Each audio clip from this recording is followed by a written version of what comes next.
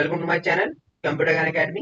मेरा नाम राघव है और आज हमारे कंप्यूटर बेसिक कोर्स का डे 51 है, जिसमें कि हम अपने जो एमएस पावर पॉइंट है उसका आज ड्रॉ टैब देखने वाले हैं। अगले दिन हमने इंसर्ट टैब को कंप्लीट किया था और आज हम ड्रॉ टैब देखने वाले हैं। इसका जो ड्रॉ टैब होने वाला है ना, वो बिल्कुल एमएस एक्सेल के ड्रॉ टैब जैसा ही है, लेकिन जबकि हम अपने जो एमएस पावर पॉइंट भी दिखा रहे थे, एमएस पावर पॉइंट के जितने भी टैब्स है उन सभी को दिखाना मेरी जिम्मेदारी है, इसलिए मैं इसका भी जो ड्रॉ टैब है ना उसको भी मैं एक्सप्लेन करूंगा। तो इसको देखने के लिए टॉपिक पे चलते हैं। तो हम आ गए हैं अपने एमएस पावर पॉइंट में, ठीक है।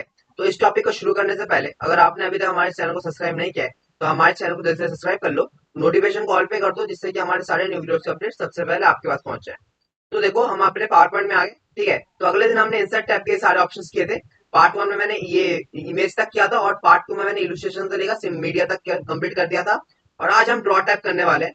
तो ड्रॉ टैब में जो चीजें है ना, ये हमारे एमएस एक्सेल में भी है, बिल्कुल सेम टू सेम ही है। एमएस पावर पॉइंट में थोड़ा अलग है, लेकिन एमएस एक्सेल में बिल्कुल सेम टू सेम ही है, ठीक है। तो आप चाहे तो एमएस एक्सेल का भी ड्रॉ टैब दे सकते हो, वो भी बिल्कुल सेम ही है। लेकिन क्या है कि उसमें स्प्रेडशीट में मैंने दिखाया था और इस पे मैं स्लाइड में दिखाने वाला हूँ। तो बस इसी पर्पस के लिए, इसी चीज के लिए मैं आपको ये ड्रॉ टैब दोबारा एक्सप्लेन करने वाला हूँ। क्योंकि देखो हर एक जगह पे अलग था। एमएस पावर पॉइंट में शीट था, मतलब पेज था, फिर एमएस एक्सेल में हमारा स्प्रेडशीट था और इस ड्रॉ टैब में हमारे यहाँ पे स्लाइड है। तो स्लाइड के लिए मैं इसको अलग से दिखाना चाहता हूँ।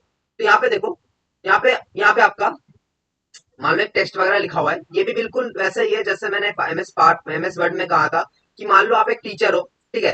और आप अगर किसी बच्चे को पढ़ाते हो, ऑनलाइन में पढ़ाते हो कि वीडियो लेक्चर कराते हो। वीडियो लेक्चर में क्या होता है, वीडियो लेक्चर या फिर किसी दोस्तों के साथ अगर आप मीटिंग वगैरह कर रहे हो तो आपने यहाँ पे कुछ लिख रखा है बहुत बड़ा, एक बुक का, मान लो एक बुक का स्लाइड है यहाँ पे, इससे इससे भी कोई बड़ा एक यहाँ पे डेटा लिखा हुआ है और उस डेटा को आप दिखाना चाहते हो कि यहाँ पे ये इसका क्या मतलब है, इसका क्या मतलब है, आप उसको पॉइंट करके दिखाना चाहते हो। जैसे देखो मैं अगर अपने माउस को इस माइक्रोसॉफ्ट के ऊपर लेके जाकर ऐसे ऐसे हाथ हिला रहा हूँ ना, तो शायद बहुत जनों को नहीं दिख रहा होगा कि यहाँ पे हमारा इंसर्चर पॉइंट कहाँ पे है। लेकिन अगर हम इसको पेन से मार्क करें तो जैसे कि यहाँ पे देखो, अभी हमारा यहाँ पेन है, इस पेन का मैं कलर चेंज कर देता हूँ। देखो ड्राइंग टूल्स में यहाँ पे एक पेन है, इस पेन पे इसका मैं कलर चेंज कर देता हूँ रेड, और इसका थिकनेस थोड़ा मोटा कर देता हूँ, ठीक है। अब मैं यहाँ पर ले जाकर अगर मैं बोलूंगा Microsoft presentation software that allows user to create multimedia slide show by combined text, ठीक है। तो आपको ये समझ में आना कि मैंने कहां कहां से पढ़ा और मैं कहां तक गया। आपको ये क्लियर हुआ क्योंकि मैंने पेन ले रखा था, मैंने पेन से मार्क किया। बचपन में जैसे कि पेन से मार्क करके करके पढ़ाते थे ना कोचिंग में, या फिर घर पे पेरेंट्स पढ़ाते थे, मम्मी पढ़ाती थी कि मार्क कर करके पढ़ाते थे, ठीक है, जिससे कि उसको भी समझ में आए। तो यहाँ पे हमने ऐसे ही मार्क कर सकते हैं, या फिर पेन से हम किसी के ऊपर लिख कर मतलब दिखा सकते हैं कि अगर मान लो कोई लेक्चर में है और उसको हम दिखाना चाहते हैं कि हम यहाँ पे पढ़ रहे हैं, या फिर हम बोलते हैं कि स्लाइड्स का मतलब क्या है। अभी इधर गलत हो गया। जैसे कि ट्रांजिशन का मतलब क्या है, ट्रांजिशन का मतलब है जो हम एनिमेशन, जो हमने शीट जो है ना, स्लाइड है, उसका ट्रांजिशन लाते हैं। ट्रांजिशन का मतलब ये है, तो हम ऐसे करके एक्सप्लेन करते हैं अपने स्टूडेंट्स को, जैसे कि मैंने अभी आपको ऐसे करके एक्सप्लेन किया। तो इसमें क्या होता है, पेन टूल का एक काम होता है, ठीक है। और वही यहाँ पर ये वाला है, ठीक है। इसे ये हमारे रेड पेन में, अब मान लो यहाँ पे ना और भी तीन पेन है, यहाँ पे टोटल तीन पेन है।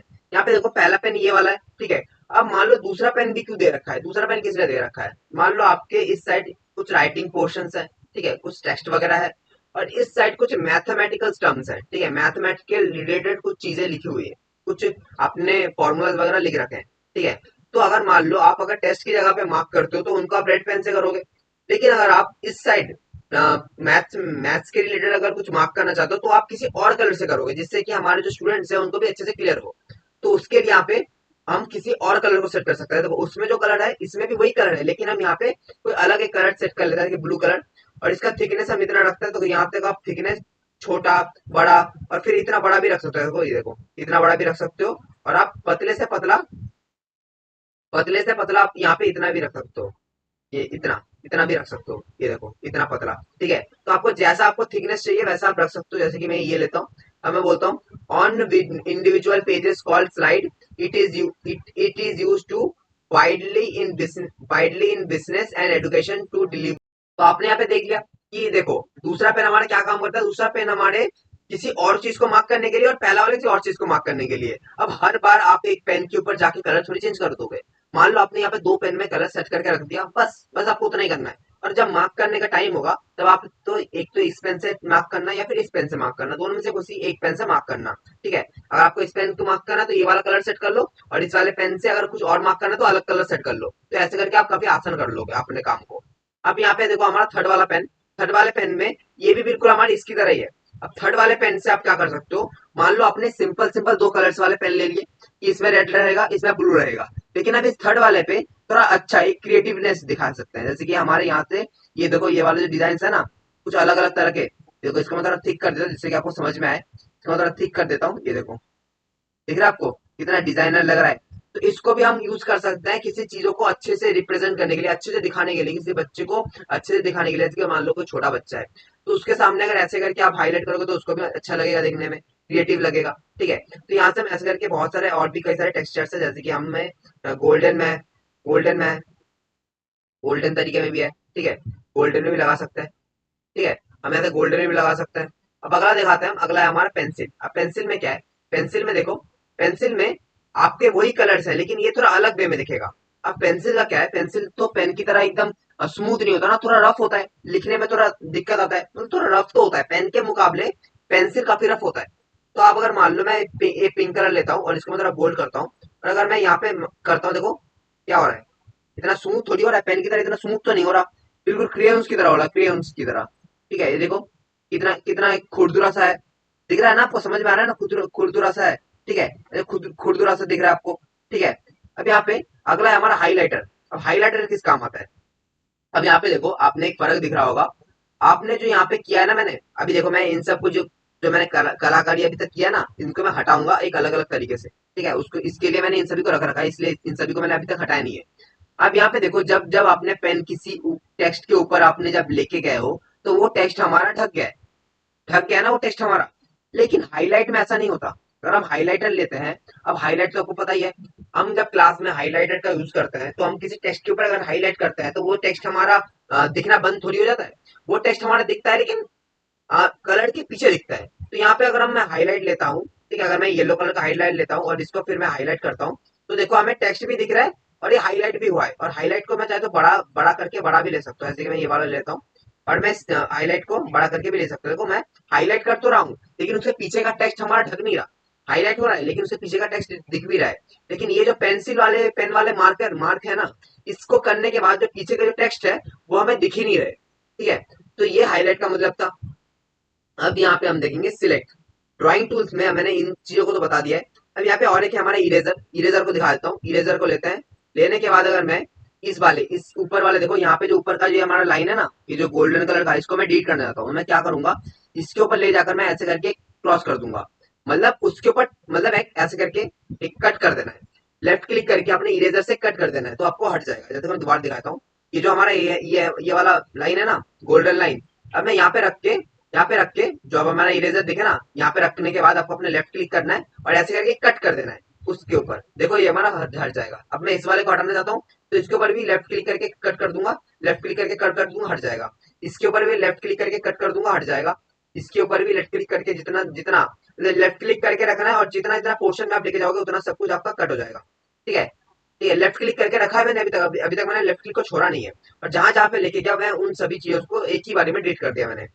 अब कंट्रोल प्रेस करके मैं इन सभी चीजों को लेके आ जाता हूँ। अब मैं दोबारा और एक तरीका है जिससे भी हम डिलीट कर सकते हैं, वो है हमारा सिलेक्ट वाला ऑप्शन। जो पहला जो है हमारा ऑप्शन है, ये हमारा सिलेक्ट वाला ऑप्शन है। सिलेक्ट वाला ऑप्शन को मैंने ऑन कर दिया।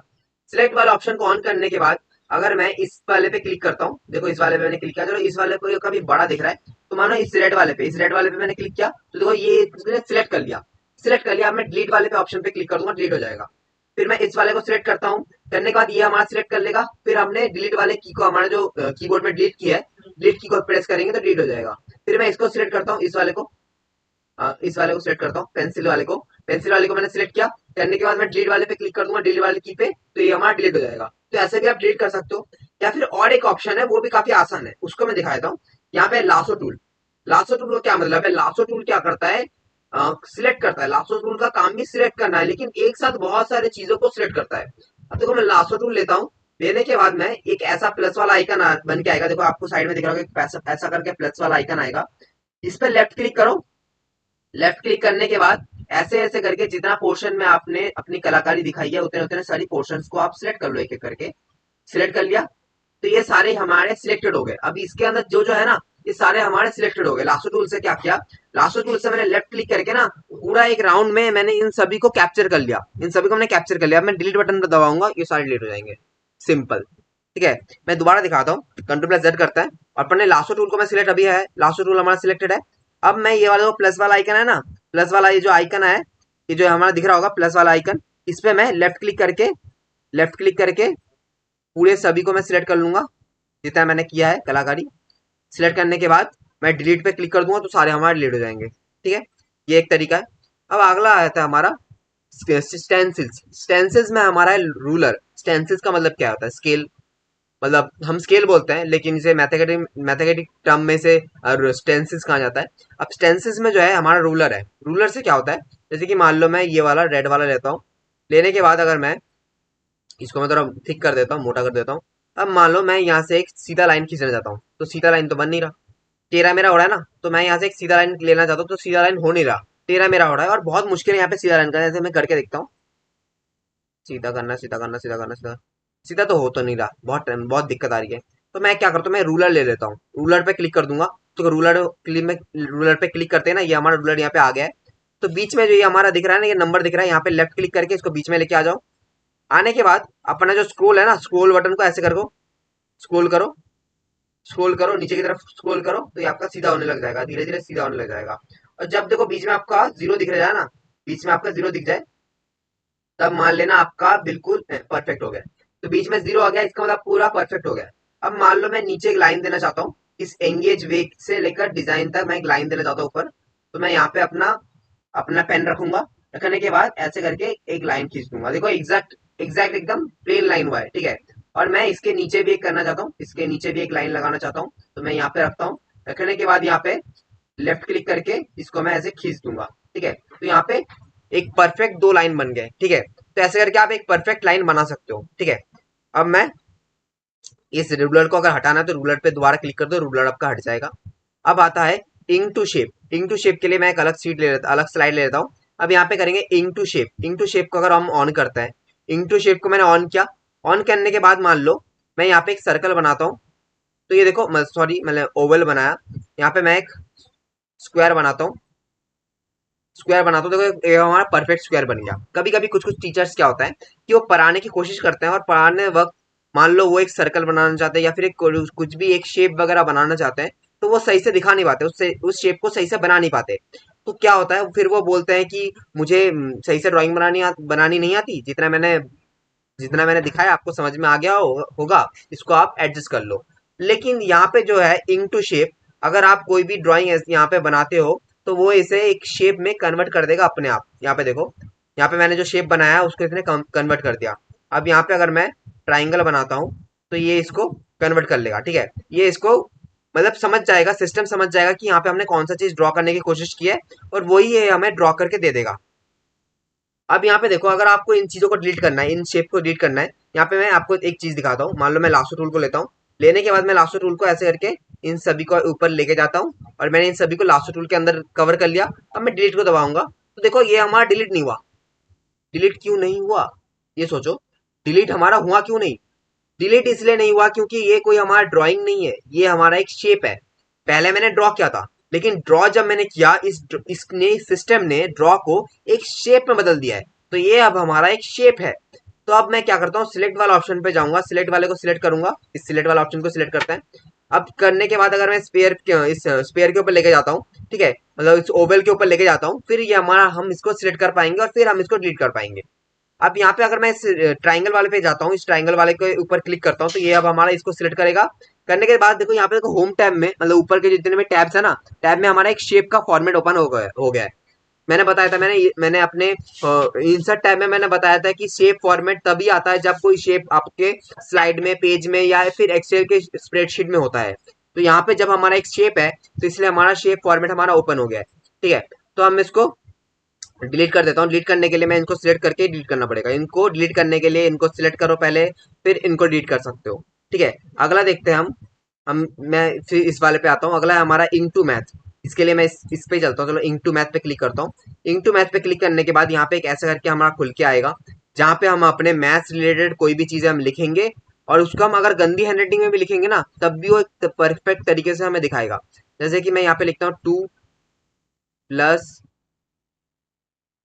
प्लस सही से बना नहीं, 2 प्लस, बना नहीं सही से, चलो मैं इसको डिलीट कर देता हूँ। मान लो ये मेरा सही नहीं बना, ये वाला मेरा सही नहीं बना, तो मैं इसको इरेज पे क्लिक कर दूंगा। देखो ड्रॉ राइट से हम लिख सकते हैं, इरेज से हम इसको इरेज कर सकते हैं। ठीक है, इरेज हो गया। अब यहाँ पे हम दोबारा लिखेंगे, दोबारा लिखते हैं 1 2 + 2 = 4। तो इसने समझ लिया यहाँ पे 2 + 2 हमने 4 लिखा है, तो हमने गंदी तरह से लिखा लेकिन इसने सही तरह से डिटेक्ट कर लिया। अब select and correct, select and correct में मान लो कोई चीज आपका यहाँ पे है, कोई टेक्स्ट आपने लिखा है और वो आप बता नहीं पा रहे हो कि ये क्या है। जैसे कि मान लो यहाँ पे मैं एक चीज लिखता हूँ, जैसे कि मैं यहाँ पे मैं लिखता हूँ, यहाँ पे मैं लिखता हूँ, इन सभी को पहले डिलीट कर दूं जिसको, जिससे कि आपको समझ में आ जाए। यहाँ पे मैं लिखता हूँ राइट से पाई, ठीक है, पाई लिखा, फिर मैं लिखता हूँ आर, पाई, पता नहीं ये मैंने शायद यहाँ पे डॉट दे दिया होगा, चलो दोबारा देते हैं। यहाँ पे कोई डॉट भी है शायद, स्क्रीन में हमारा कुछ डॉट वगैरह है यहाँ पर, इसलिए हमें शो नहीं कर रहा है। मैं इसको कट करता हूँ, यहाँ पे मैं दोबारा इस पे जाता हूँ, हाँ इंक टू मैथ, वहाँ पे एक कोई डॉट वगैरह हो गया था, छोटा एक डॉट वगैरह हो गया था जो हमें दिख नहीं रहा था। यहाँ पे मैं लिखता हूँ पाई, पहले मैं लिखता हूँ पाई, पहले मैं लिखता हूँ पाई, फिर यहाँ पे लिखता हूँ आर, पाई आर, फिर मैं लिखता हूँ यहाँ पे स्क्वायर। ठीक है, तो यहाँ पे मैंने लिखा पाई आर स्क्वायर। अब इसने सिस्टम ने यहाँ पे एक्स स्क्वायर तो डिटेक्ट कर लिया लेकिन इसने पाई को डिटेक्ट नहीं कर पाया, पाई को इसने कुछ अलग ही समझ लिया है। तो मान लो मैं यहाँ पे क्या करता हूँ, सिलेक्ट एंड करेक्ट, मैं इसको इस पे क्लिक करता हूँ। ठीक है, ये जो सिलेक्ट एंड करेक्ट वाला ऑप्शन है ना, इस पे जाने के बाद इसको मैं क्लिक करके रखता हूँ और फिर मैं इस पाई के ऊपर क्लिक करता हूँ और फिर ये इसके यहाँ पे ऑल्टरनेट दिखाएगा हमें कि इससे हम कौन कौन सी चीजें कर सकते हैं। जैसे कि यहाँ पे देखो, ये देखो ये वाला हम करना चाहते थे लेकिन हमारा कुछ और ही आ गया है, कुछ और ही तरह का सिंबल यहाँ पे आ गया है। अब यहाँ पे देखो, यहाँ पे आप अगर कोई भी सिंबल भी होता है ना, ऑल्टरनेट सिंबल, वो सिंबल भी यहाँ पे आ सकता है कि दुनिया में तो बहुत सारे सिंबल्स हैं। तो आपने शायद ये वाला सिंबल कहीं पे देखा नहीं होगा, लेकिन ये वाला फॉर्मूला आपने कहीं पे देखा नहीं होगा, लेकिन अगर कहीं पे भी एग्जिस्ट करता होगा ना तो वो आप कहीं पे डिटेक्ट कर लेगा। तो जब हम सिलेक्ट एंड करेक्ट पे जाते हैं फिर हमें ऐसे बहुत सारे ऑप्शन दिखते हैं जो हमने यहाँ पे ड्रॉ किया है। तो मान लें यहाँ पे मैंने ये वाला ड्रॉ किया है, ग्रीक एंड स्मॉल पाई, तो देखो ये पाई आर स्क्वायर। ठीक है, तो हमने इसको एग्जैक्ट बता दिया कि हमने कौन सा सिलेक्ट किया था। कभी कभी क्या होता है, मशीन भी सिलेक्ट नहीं कर पाता, मशीन भी समझ नहीं पाता कि हमने यहाँ पे क्या लिखा है। ठीक है, तो इसलिए यहाँ पे क्या होता है, जब हम उसके ऊपर क्लिक करेंगे, सिलेक्ट एंड करेक्ट में जाएंगे, फिर ये इसके ऑल्टरनेट दिखाएगा कि इस जैसे और कितने कितने हमारे सिंबल्स है हमारे डेटा में, तो वो हमें करेक्ट करके बता देगा। और फिर अगला है हमारा क्लियर, क्लियर कर देंगे तो क्लियर हो जाएगा हमारा। मैं कंट्रोल प्रेस जेड करता हूँ, कंट्रोल प्रेस जेड करने से यहाँ में शायद काम नहीं करेगा। यहाँ पे मान लो मैं दोबारा कर देता हूँ, यहाँ पे मैं लिखता हूँ pi, pi R square, oh sorry pi X, इसने इसको पाई एक्स समझ लिया है। यहाँ पे पाई आ रहा होना चाहिए था लेकिन इसको, इसने इसको एक्स समझ लिया है। अब देखो मैं सिलेक्ट एंड करेक्ट चाहूंगा और फिर मैं आर पे क्लिक कर दूंगा, फिर मैं इसको करना चाहता हूँ एक्स स्क्वायर, ये देखो हमारा, नहीं पाई आर स्क्वायर ना, इसने इस आई को डिटेक्ट ही नहीं कर पाया, यहाँ पे आर ही नहीं आया हमारा। चलो मैं इसको डिलीट कर देता हूँ, मैं इरेज पे जाकर इसको डिलीट कर देता हूँ। इरेज पे जाने के बाद मैं इसको डिलीट कर देता हूँ और यहाँ पे लिखता हूँ आर। आर हम कैसे लिख सकते हैं, मैथमेटिकल टर्म में आम आर ऐसे होता है ना, आर ऐसे होता है, आर ऐसे होता है ना।